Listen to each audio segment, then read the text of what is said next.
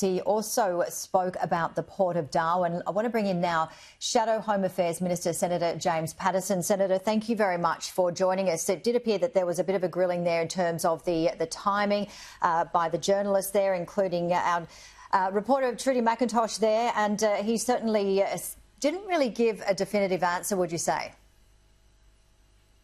Well, that's putting it politely. I thought his interview last night when he dialed in an incoherent way to ABC Darwin was bad, but that press conference then was even worse. It was a train wreck. He was not able to answer the most basic, reasonable questions of journalists about what his plan is for the Port of Darwin, and my jaw dropped when I heard him say that it was a, quote, political decision by his government to buy back the Port of Darwin.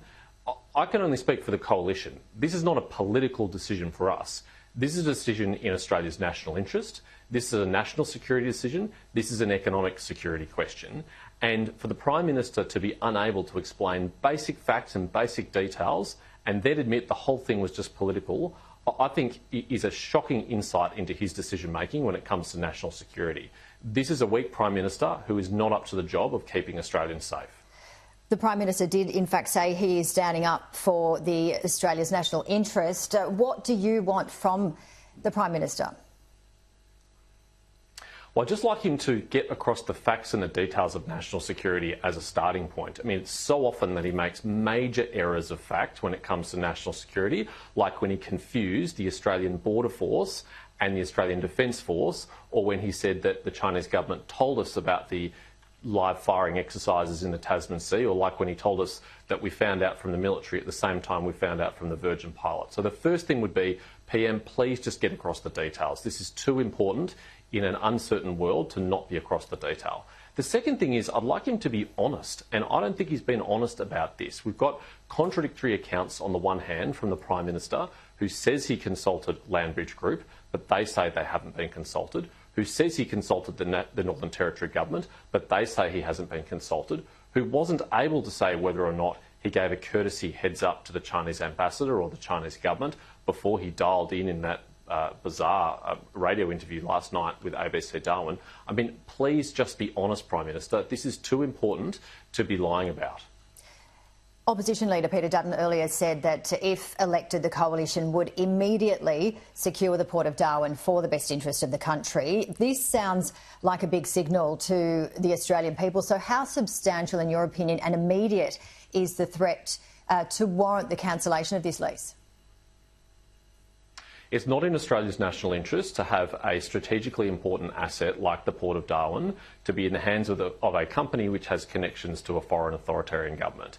And we believe we need to transition that ownership immediately to an Australian government-approved operator that meets our national interest. And we'll seek to first do that commercially with Landbridge, but if within 6 months that is not successful, we will use the significant constitutional powers that the Commonwealth has to compulsorily acquire the lease and transfer it to an Australian government-approved operator.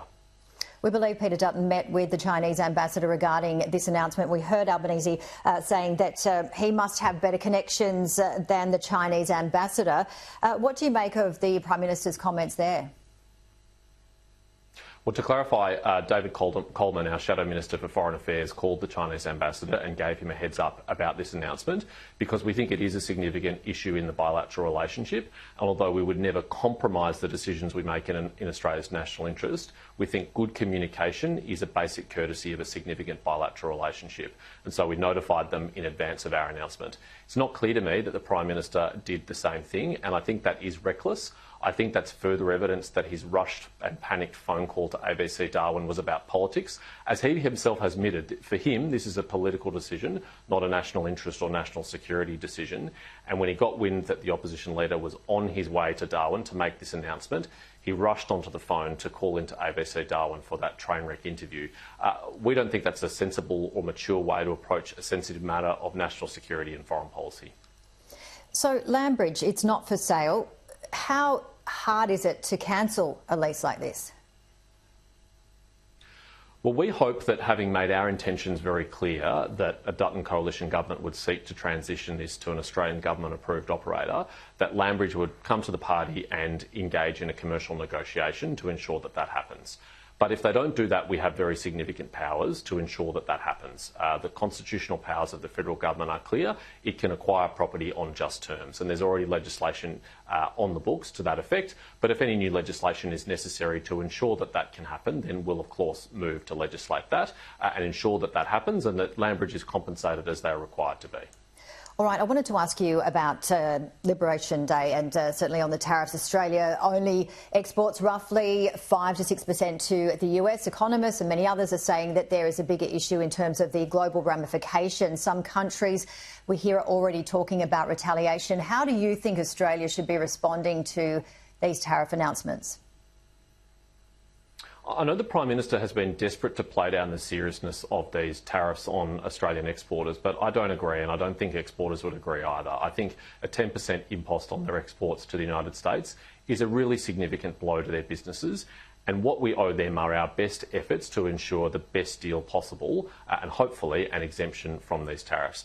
The truth is that although the Prime Minister's doing a victory lap and claiming we've got a great deal, we've actually only got the same deal that the Islamic Republic of Iran got from the United States.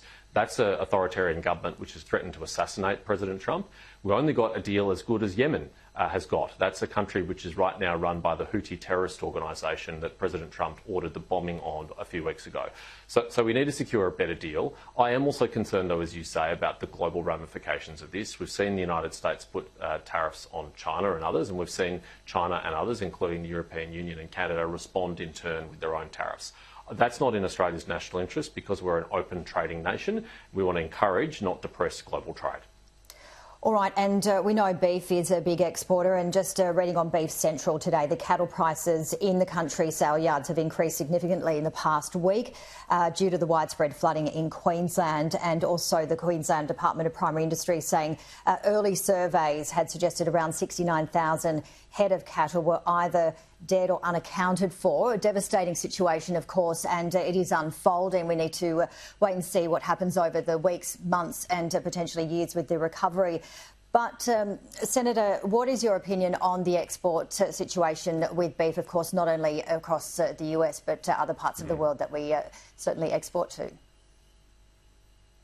Well, you're right that these floods are absolutely devastating for our farmers in the region. I know that their local member and the leader of the National Party, David Littleproud, has been on the ground there supporting them and advocating for them, and also made a commitment of $10 million to improve the Bureau of Meteorology's detection of events like this so they can have better warning in the future.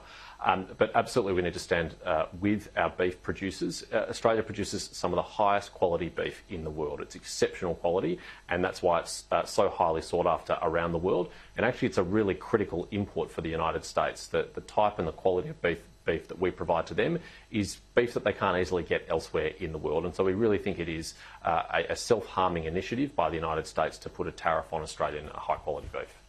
Senator James Paterson, thank you so much.